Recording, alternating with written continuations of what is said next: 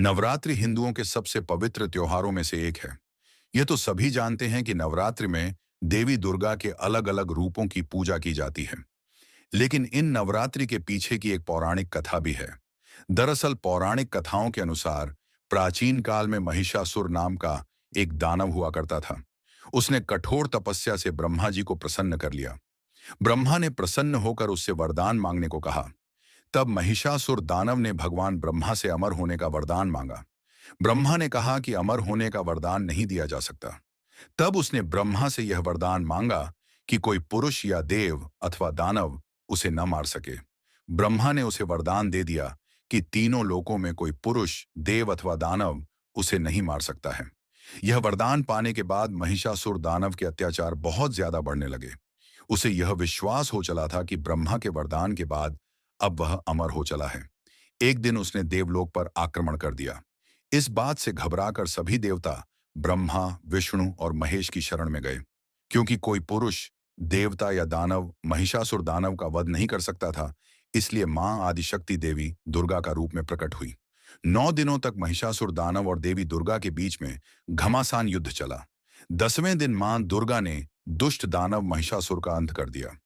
इसी उपलक्ष्य में हर वर्ष नवरात्रि का त्योहार मनाया जाता है।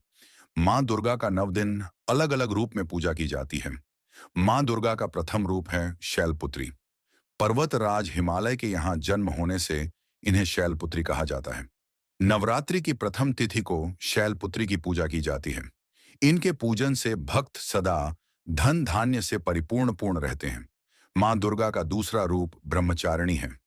मां दुर्गा का यह रूप भक्तों और साधकों को अनंत कोटि फल प्रदान करने वाली है। इनकी उपासना से तप, त्याग, वैराग्य, सदाचार और संयम की भावना जागृत होती है। मां दुर्गा का तीसरा स्वरूप चंद्रघंटा है। इनकी आराधना तृतीया को की जाती है। इनकी उपासना से सभी पापों से मुक्ति मिलती है। वीरता के गुणों में वृद्धि होती है। स्वर में दिव्य अलौकिक माधुर्य का समावेश होता है व आकर्षण बढ़ता है। चतुर्थी के दिन मां कुष्मांडा की आराधना की जाती है।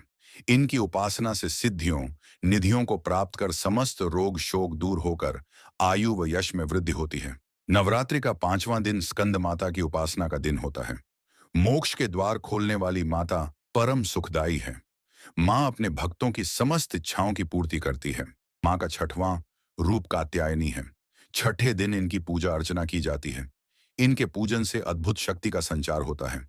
कात्यायनी साधक को दुश्मनों का संहार करने में सक्षम बनाती है।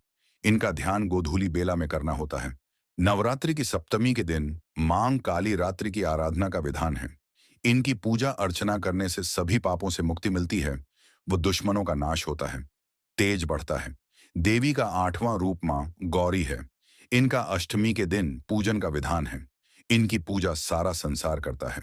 महागौरी की पूजन करने से समस्त पापों का क्षय होकर चेहरे की कांति बढ़ती है, सुख में वृद्धि होती है, शत्रु शमन होता है।